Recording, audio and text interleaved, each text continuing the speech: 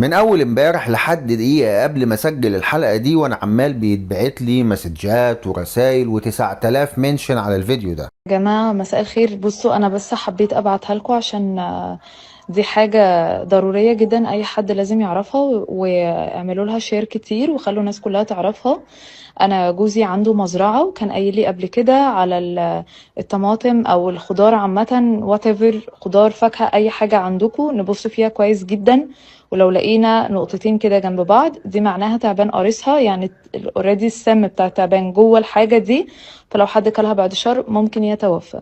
ومن اسبوع برضو شفت ستوري سبحان الله ومركزة جدا بقالي 10 ايام من ساعة ما شفت الفيديو ده، وانا ببص كويس جدا في الحاجة ولقيتها في ايدي، فدي معناها ان هي معلومة صحيحة وبعتها لجوزي برضو عشان يأكد، قال لي دي تعبان قارصها.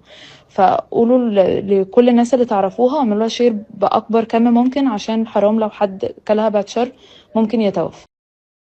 وناس كتير دخلت بعتت لي على الانستجرام وقالوا لي يا محمد الموضوع طلع بجد وعمرنا ما هناكل طماطم تاني ابدا. فلو حضرتك من الناس دي او مش منهم عموما، قوم اعمل لك مج شاي بالنعناع معايا وتعالى بقى علشان نعرف مع بعض ايه حكايه الطماطم اللي جواها سم الثعابين والافاعي، وبالمره هنشوف ايه حكايه التعابين النباتيه اللي طلعت لنا دي كمان. بس زي ما احنا متعودين صديق الانسان قبل الكلام وجب السلام. السلام عليكم ورحمه الله وبركاته. فيديو جديد من اوعى الوحوش تبقلشك او القوطه بقى.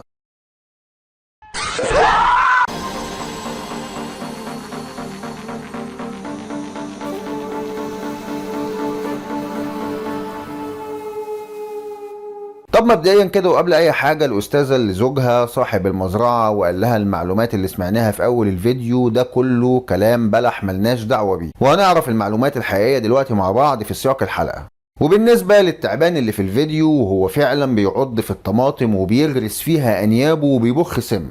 لو فتحنا ووسعنا الكادر مع بعض هنلاقي ان في انسان مؤذي ضاغط على جسمه بقوه بعصايه ومخليه خايف ومتعصب في نفس ذات الوقت، وده اللي خلى التعبان يطلع غله كله في الحاجة الوحيدة اللي قدامه، وهي طبعا حبة الطماطمية اللي قدامنا دي. الثعبان كان بيتألم من الوجع ومش عارف يهرب، وغرز أنيابه في الحاجة اللي قدامه علشان يشد باقي جسمه من تحت العصاية ويخلع، بس الحلوف اللي كان ضاغط عليه فضل مكمل في الأذى ده. تاني حاجة بقى وهي الأهم واللي صدماني من كل حد بعت لي الفيديو وطلب إن أتكلم عنه. جماعة هو أنتم مش متعلمين؟ ده حتى لو أنت مش متعلم فأنت أكيد عدى عليك معلومة إن الأفاعي عمرها ما كانت حيوانات نباتية. يا راجل ده أنت لو بتتفرج على فيديوهاتي هتشوف تعابيني بتاكل إيه. كل أفاعي وتعابين الكوكب اللطيف القمر بتاعنا ده مش بتاكل غير قوارض أو طيور أو زواحف أو أسماك. والنوع الوحيد المختلف من الأفاعي واللي بياكل بيض الطيور بس هو نوع اسمه الفرخة. يعني من الاخر كده مفيش حاجه اسمها ثعبان نباتي وبياكل قوطه وخيار وفلفل، هو فرو بيعمل سلطه. وحتى يا سيدي لو التعبان عض اي خضار وبخ سمه جواه مش معناه ان لو كلت الخضار ده اني هموت، وده ببساطه لان سم الافاعي ما بيضرش الا لو اختلط بالدم. يعني لو بقك ومعدتك اللي هينزل فيهم السم دول مفهومش اي قرح انت مش هتموت، بس اوعى متخلف تتهفف نفوخك وتروح تجربها لان الاعمار بايد ربنا وممكن تغور في داهيه وتجيب لي مصيبه، وكمان وقتها مش هلاقي حد يسمع فيديوهاتي بعد كده. المهم ان سم الافاعي بيقتل الضحيه عن طريق اختلاطه بدمها، وده اللي بيسبب تجلط الاوعيه الدمويه والاجهزه العصبيه، ولا قدر الله بيسبب الوفاه في الاخر. اخيرا بقى انا حابب اشكر وزاره الزراعه المصريه لانها ما استنتش ولا اتاخرت وطلعت بيان بسرعه ونفت كل الهطل اللي اتقال ده، واكدوا ان لا مؤاخذه الخروم او الثقوب السوداء اللي موجوده على الطماطم هي نتيجه لاصابتها بالديدان السلكيه، وكمان القفه دي بيكون تم مكافحتها لان الطماطم نضجت فعلا واللي عليها ده اثار الاصابه مش اكتر. وطول عمرنا متعودين اننا نشوف العو ده على القوطه وبنقطع الجزء اللي فيها الثقوب وبناكل القطايه بألف هنا. طب والله ده في ناس اعرفها بتاكلها بالثقوب وممكن ياكلوها بالديدان كمان.